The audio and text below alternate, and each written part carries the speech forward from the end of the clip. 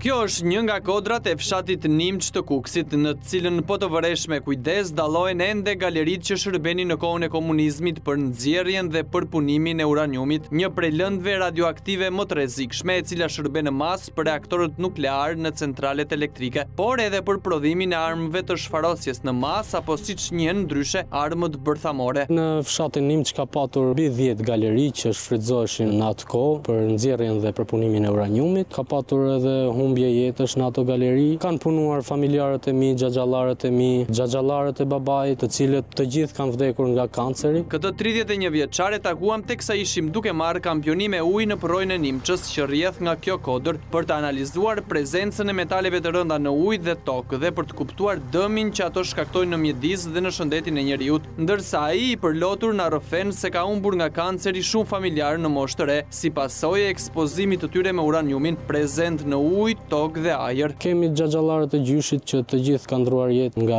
kanceri. Ju kemi ndej të afër, jemi trishtu, dhimbja për një të afër kur e shikon në atë gjendje. Kemi pas xhaxhain e babit që ka qenë me kancer, që e maj menon më shumti që kam në kujtesën time. Ati kishin rënë flokët, efektet e kancerit, vujtje, dhimbje.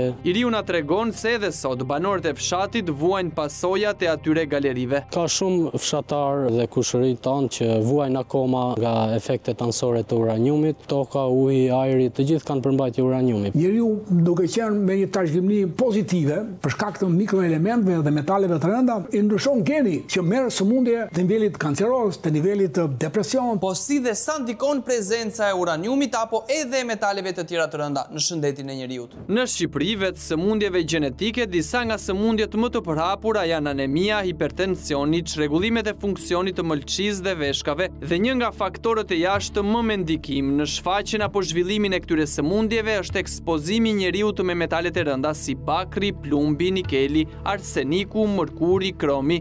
Një nga mënyrat e ekspozimit të njeriut me këto metale, kryesisht arsenikun, vjen si pasojë e përdorimit të ujit të lumenve dhe liqeneve, por kryesisht duke e marrë nga ushqimet ujore. Profesor Sazan Guri e cilëson atë si një nga elmuesit më të mëdhenj të njeriut, nga i cili duhet patur tepër kujdes, teksa paralelizon një episod të problematikave që ka shkaktuar ky metal i rënd në shëndetin e popullit britanik. Pecet e Irlandës me qymyr me naftë itnin arsenikun, i cili binte në det dhe thithesh nga peshqit. Mjekët atëherë nuk kuptonin dot pse mëqia dhe veshka e një britaniku kishte arsenik, ndërkohë që ata e merrnin jo direkt nga ari, po e merrnin nga ujët e detit, nga peshku i detit. Burimet më të zakonshme të ekspozimit ndaj metaleve të rënda përfshin emetimet industriale nga qymyri, inceneratorët e mbetjeve dhe shkrirja e metaleve, ndaj analizimi i lumit drin si kampion, i cili formohet nga drini i bardhë që vjen nga Kosova dhe drini i zi që vjen nga Maqedonia e Veriut, është mënyra më e mirë për të parë se në çfarë niveli është prezenca e metaleve të rënda në ujë dhe tokë, shtuar dhe faktin e prezencës së ish fabrikave dhe ish uzinave të prodhimit dhe përpunimit të metaleve të rënda pranë këtij lumi, si në territorin e Kosovës gjatë regjimit të ish Jugosllavisë, ashtu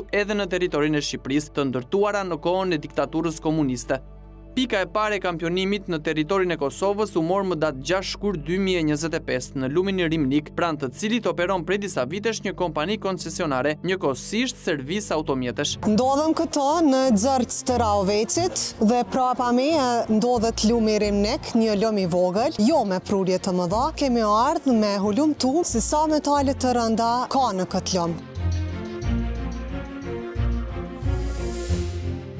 Nga këto rezultate vije 3, që ka një përqindje hekuri më të madhe se sa gjithë metalet e tjera, ka nikel, gjë e cila të lët kuptohesh që ka patur një farë aktiviteti minerar ose ka një farë ndotje nga ato biznese që mund të ketë patur krom nikel ose një gjë të tillë. A mund të ketë ndikuar kjo kompani dhe si ndikon e gjitha në lumin drini i bardh aty ku shkarkon lumi Rimnik? Për profesoreshën Lulieta Ajdini, në këtë rrjedhë lumore nuk ka pranit atyre metaleve të rënda që konsiderohen tepër të rrezikshme për botën e gjallë, pavarësisht se niveli i hekurit është 40 herë më i lartë se norma e lejuar. Tek lumi Rimnik nuk ka metale që rrezikojnë, siç është plumbi, zingu, kadmiumi, për arsye se rrezikimi i botës gjallë do të ndikonte në pengimin e procesit të vet pastrimit lumit. Dhe në qoftë se gjenden sasi të mëdha të metaleve të rënda, madje toksikanëve tjerë kimik, atëherë ato do të shkatërrohen dhe ne do të shndrojmë lumejt në lumej të vdekur. Një tjetër pikë kampionimi ku u morën 2 mostra, ujë dhe sediment, më datë 24 shkurt 2025 është lumi Erenik, i cili rrjedh shumë pranë ish fabrikës së elektromotorëve në hyrje të Gjakovës. Prapa meje është një godinë e braktisur që dikur shërbente si ish fabrika e elektromotorëve. Kemi biseduar me një ish punëtor të kësaj fabrike, i cili tregoi se gjatë kohës së Jugoslavisë, kur edhe shërbente fabrika prej viteve të 70-ta deri në vitet e para të pas luftës 2000-2001, aty ishin të punësuar rreth 1000 punëtor. Po ashtu, në këtë fabrikë janë prodhuar elektromotor, motor për lavatriçe, kompresor të cilët eksportoheshin në vende dhe në shtete të zhvilluara si Itali, Gjermani, Çeki, Danimark. Për prodhimin e tyre janë përdorur edhe metale si bakri, alumini, çeliku. Kjo është arsyeja se pse lumi Erenik është një hotspot ku mund të shihen vërtet gjurmët që ka lënë aktiviteti i kësaj fabrike.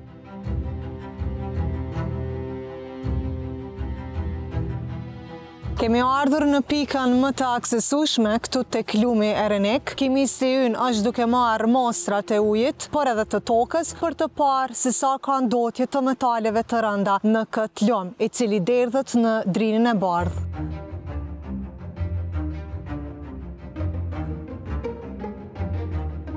Hekuri është në përqindje pak më të lartë, por këtu ka përsëri krom dhe nikel. Për sa i përket terrenit, vihet re që ka shumë ngarkesë në metale. Shumica është hekuri, i cili është 24 gram për kilogram, që është një sasi e madhe do thosha për terrenet normale. Ka mangan, që është shumë i lartë, ka nikel gjithashtu, që është rreth 700 mg, që është shumë. Arseniku është përsëri i konsiderueshëm, do thosha, nuk duhet që të gjendet në këto. Dhe më e çuditshme është seleniumi, i cili dhe ky gjendet në një sasi të madhe, 13 mg për kilogram. Është shumë i ngarkuar me metale. Teksa profesora Bazi ngresh qetësimet se prania e metaleve në këtë terren është 10 herë më e lartë se norma e lejuar sipas standardeve të Bashkimit Evropian, për profesoreshën Lulieta Ajdini, ish fabrika e elektromotorëve është një faktor që me gjas mund të ketë ndikuar në këtë ndotje të ujit dhe tokës pranë lumit Erenik. Mundësitë janë të mëdha që ajo ka ndikuar, sepse gjatë rreshurave shumë të në rasteve ujrat kullohen dhe shkojnë në rrjedhën sipërfaqësore. Ndoshta në sediment kur keni marrë mostra aty mund të jetë një gjendje më reale. Unë e pash manganin shumë, po e pash interesant merrje edhe bariumin e pash, që ka te kalu vlerat, hekuri ka te kalu, vanadiumi ka te kalu. Ajdini thot se në Kosovë veç ndotjes historike nga fabrikat që tashmë janë jo funksionale, një tjetër ndotje rrezikshme për ujrat e lumenjve është ndotja urbane. Lumenjt në Kosovë më shumëti kërcënohen nga ndotjet urbane, se sa në ndotjet industriale, për arsye se Kosova nuk ka ndonjë industri të rëndë përveç korporatës elektroenergjetike të Kosovës. Të njëjtën gjë e pohon edhe specialistja e ujrave Fatlie Buza. Qofse bazohemi në të dhënat edhe historike edhe të tashme, drini i bardh ka aq më pak ndotje nga metale të rënda para sy të mbylljeve të industrive në këtë pjesë të Kosovës. Edhe ato fabrika tash nuk janë në funksion, se neve na kanë larguar prej punave, i kanë plaçkit ato fabrika dhe ato tash janë mbyll. Gjatë intervistës për gazetaren Merita Miftari ajo shton se më herët lumi drini i bardh është përdorur nga njerëzit edhe si atraksion turistik. Në përveti konsumu la ndrini u kon turistik, ndrinin e kemi shfrytzuar edhe për kërcime rekreative. Kur në kon garat na shkojshim me qindra rini, jam konu në re, merr ke vllavi, na merr që na di me veti, edhe u mbushka ajo me njerëz, me ashtu vishin prej ish Jugosllavisë, rajoneve dhe i përcjellshim garat. Ka qenë një atraktivitet edhe ka qenë shumë e njoftën. U përmend ke edhe në televizor. Lumet duhet të përdoren edhe për rekreativitet, po varet të pjesës, duhet me qenë shumë të pastër për mu përdorë, para arsye se kur lash ti mundesh me marrë smundje. Për të verifikuar një ndotje të mundshme të lumit drini i bardh nga metalet e rënda pas kampionimeve të marra në Rimnik dhe Erenik, dy lumenj që shkarkojnë në drinin e bardh, më datë 6 shkurt 2025, morën gjithashtu 2 mostra ujë në 2 vendodhje të ndryshme, e para pranë fshatit Gjonaj të Prizrenit, ku ka vendbanime dhe aktivitet social, dhe e dyta në afërsi të kufirit Kosovë-Shqipëri. Aktualisht ndodhemi në lumin drini i bardh, shumë afër kufirit me Shqipërinë, për të marrë mostrat apo kampionimin, cili do të na tregoj se sa ka ndotje të metaleve të rënda këto. Pastaj do të bëjmë një krahasim se a është më i ndotur nga metalet të rënda lumi dren tek ne apo lumi dren që kalon në Shqipëri.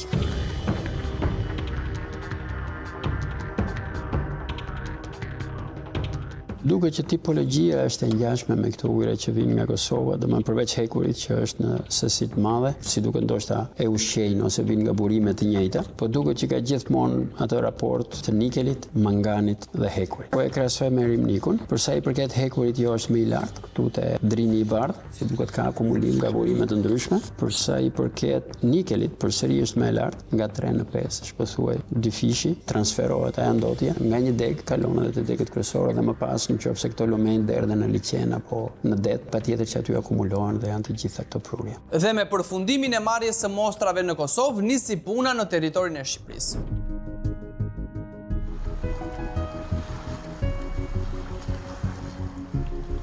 Ndodhemi në zonën mes Bulqizës dhe Peshkopis. Ky është lumi Drini i Zi, poshtë urës Gjoricës. Kjo është pika e parë e kampionimit, ku do të marrim mostra, ujë dhe tokë, për të parë më vonë rezultatet e analizave lidhur me ndotjen që mund të ketë lumi Drini i Zi në këtë pjesë, për sa i përket metaleve të rënda.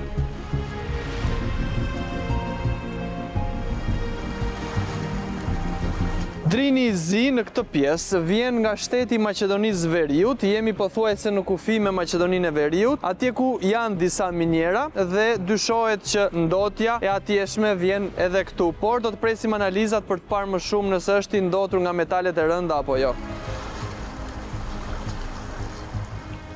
Ajo që ka rezultoi problematike për ekspertët është prezenca e lartë e arsenikut, plumbit, manganit dhe nikelit, metale që cilësojnë shkaktar të sëmundjeve si anemia, hipertensioni, fertiliteti, çrregullime në veshka dhe mëlçi apo dhe alergji të ndryshme. Prania e arsenikut këtu është shqetësuese për sa i përket ujit. Për sa i përket terrenit, përsëri arseniku këtu është në vlerat krahasueshme. Ka plumb, zink në sasiret mëdha, nikel, hekur mangan dhe vanadiumi përsëri dhe kromi janë të lartë. Pika e dytë e kampionimit u mor disa kilometra më larg, po në zonën e Peshkopis, në po të njëjtin damar të këtij lumi, eksaktësisht poshtë urës së Lushës. Sasia e arsenikut është pak e lartë në krahasim me metalet e tjera, që do të thotë diku do ketë patur ndonjë ndotje, mund të jetë edhe si rrëdhojë në një aktiviteti që ka ndodhur aty më përpara, po gjendet në ujë dhe kjo është e rrezikshme, pasi arseniku është nga ato metale të rënda të cilat monitorohen dhe në ujëra, edhe në ushqime janë të limituar dhe të rregulluar, pasi kanë efekte të pakthyeshme, dhe sidomos në sistemin nervor të qenieve të gjalla, përfshirë këtu edhe njeriu. Këto rezultate shihen shqetësuese edhe për profesor Sazan Guri, i cili bën thirrje për kujdes të veçantë në zonat e Lezhës dhe Shkodrës, dy qytete që presin në mira turistë në vit, por që po përballen me një keq menaxhim të trajtimit të mbetjeve urbane, duke u kthyer në rrezik për ndotjen e ambientit. Kemi landfill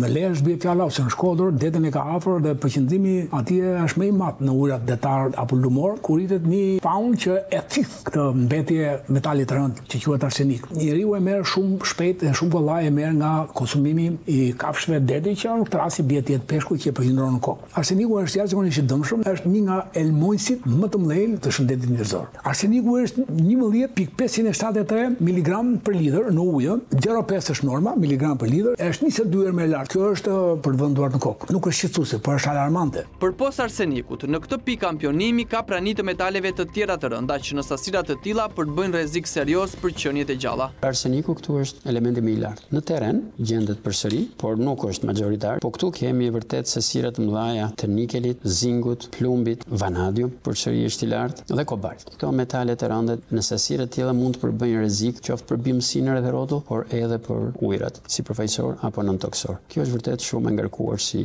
mostër. Si shpjegohet prania e arsenikut, këtij metali kaq të rrezikshëm në ujë dhe tokë? Ka shumë të ngjarje që një fabrikë e caktuar të ketë përdorur reagent kimik atëherë në ato fabrikat e përpunimit të bakrit. Këto reagent kimike janë qendra gravitative për gjenerim ndotjesh. Toka i duhet një kohë 200 vjet, 500 vjet që ta shplajë ndotjen e saj historike. Atëherë nuk mundet që ta lësh tokën ti të shplajë vetën për 500 vjet. Atëherë duhet ndihmuar këtë tokë. Duhet ricikluar, duhet gjeneruar. Ndotja e tokës nga këta faktorë të jashtëm që në rastin konkret janë metale të rënda, ndikojnë negativisht pasi ndotja akumulohet ndër vite, siç është rasti i fshatit në Nimç në Kukës, ku ka patur disa galeri uraniumi në kohën e komunizmit. Më datë 20 mars 2025 u humor një mos të ruaj në lumin e Lumës, në rrëz të kodrës së fshatit të Nimç, aty ku derdhet përroj Nimçës që vjen nga zona e galerive. Analizat nuk treguan prani të metaleve të rënda. I ka të gjitha parametrat natyror, në standard, brenda kufirit lejuar të shëndetshëm, jo kufirit lejuar toksik. Këtu duket me njëherë se si arsenikut ka rënë, nuk është e njëjti damar, qoftë gjeologjik, qoftë edhe hidrik. Ndaj për të bërë një pasqyrë më të qartë të prezencës së metaleve të rënda në lumin e Lumës në Kukës, i cili bashkohet me lumin Drin, po në datë 20 mars 2025 u mor një mos të ruaj dhe një mos tërtoke shumë pranë ish uzinës së pasurimit të bakrit në Kukës. Kjo uzinë ishte vepra e parë e rëndësishme, e projektuar dhe ndërtuar me forca vullnetare gjatë viteve 1962-1965 në Shqipëri. Me ndërimin e sistemit në vitin 1992, uzina u grabit dhe u shkatërua. Vlerat e analizave të ujit, por kryesisht të sedimentit pranë kësaj uzine rezultojnë vërtet shqetësuese, shka konfirmon efekti negativ që ajo ka shkaktuar ndër vite. Në ujra, nikeli është 1.5 herë më lartë se sa norma, ndërsa seleni është 0.03, që është në miligram për litër, e kemi 0.5 i bie 17 herë më lartë se norma. Ndërsa për tokën kemi zingun, i cili është 10 herë më lartë se sa norma, kemi bakrin, i cili është 4 herë më lartë se sa norma, kemi dhe manganin që është 2 herë, po kemi dhe hekrin që është jashtë shok konturi të mateve. Hekri është mbi 10 ishin më lartë se sa norma. Po thuaj 60 gram për kilogram, gjë që është shumë e lartë. Pastaj ka kobalt, krom, të cilat janë vlera të larta, seleniumi ashtu dhe vanadiumi përse. Sa i takon një krahasimi të analizave mes teritorit të Kosovës dhe Shqipërisë, sipas ekspertëve në këtë të fundit situata paraqitet më shqetësuese, ndërsa apelojnë për një studi më të mirë edhe nga ana e institucioneve përgjegjëse, në mënyrë që të bëhet një riabilitim i zonave problematike. Terrenet janë shumë të ngarkuara në zonën tonë. Ajo që vumre në disa pika ishin vërtet sidomos prania e arsenikut. Do duhet pastaj që të studiohet vërtet më në detaj toksiciteti që paraqet secili prej këtyre metaleve që unë përmenda. Po kur flasim për metale si arsenik, plumbi, kadmium, kobalt, krom, kallaj, janë vërtet shumë të rrezikshme dhe do duhet shikohet që ato limite të rregullohen. Dhe si mund të riabilitohen zonat problematike? Ka teknika nga më të ndryshme që mund të vejë deri në zhvendosjen komplet të atij terreni, por edhe përzierje me toka më pak të pasura me këto metale. Rreziku është gjithmonë në ndotjen e ujrave, si profesor. Gjithmonë kur këto shkarkojnë dhe bën në një liqen, me kalimin e kohës do akumulohen dhe përqendrimi i tyre do të rritet shumë në ato liqene, saqë pastaj për peshqit apo edhe për qeniet e gjalla do të jetë rrezikshëm. Dhe teksa institucionet shqiptare deri më sot nuk kanë marrë asnjë mas për riabilitimin e zonave në të cilat ka patur aktivitet intensiv të përpunimit të metaleve të rënda gjatë kohës së diktaturës, profesor Guri ngre alarmin duke shpjeguar se uji i lumenjve përdoret nga banorët përmes puseve, kontaminimi i të cilit ndikon drejt për drejt në shëndetin e tyre. Uji pusit është barat me nivelin e lumit. Nëse marrin ujrat e lumit, e ke sigurt që e merr gjithë niveli i puseve të banorëve, qoftë në fshat apo qytet, ndërkohë që ti bën me mira pallate, ti sot nuk ke një vend ku të fajtosh ujrat e përdorura, qofshin ato njerëzore, qofshin ato industriale. Do ishte mirë që të merrej në rrugderdhje, si të thuash, le të themi 10 metra në thellësi, dhe të merreshin edhe sedimentet që janë në fund liqenit, edhe ujrat aty që të shikohet impakti që kanë në liqen. Dhe aty shifen gjitha gjurmët e këtij keq trajtimi që kemi bërë natyrës.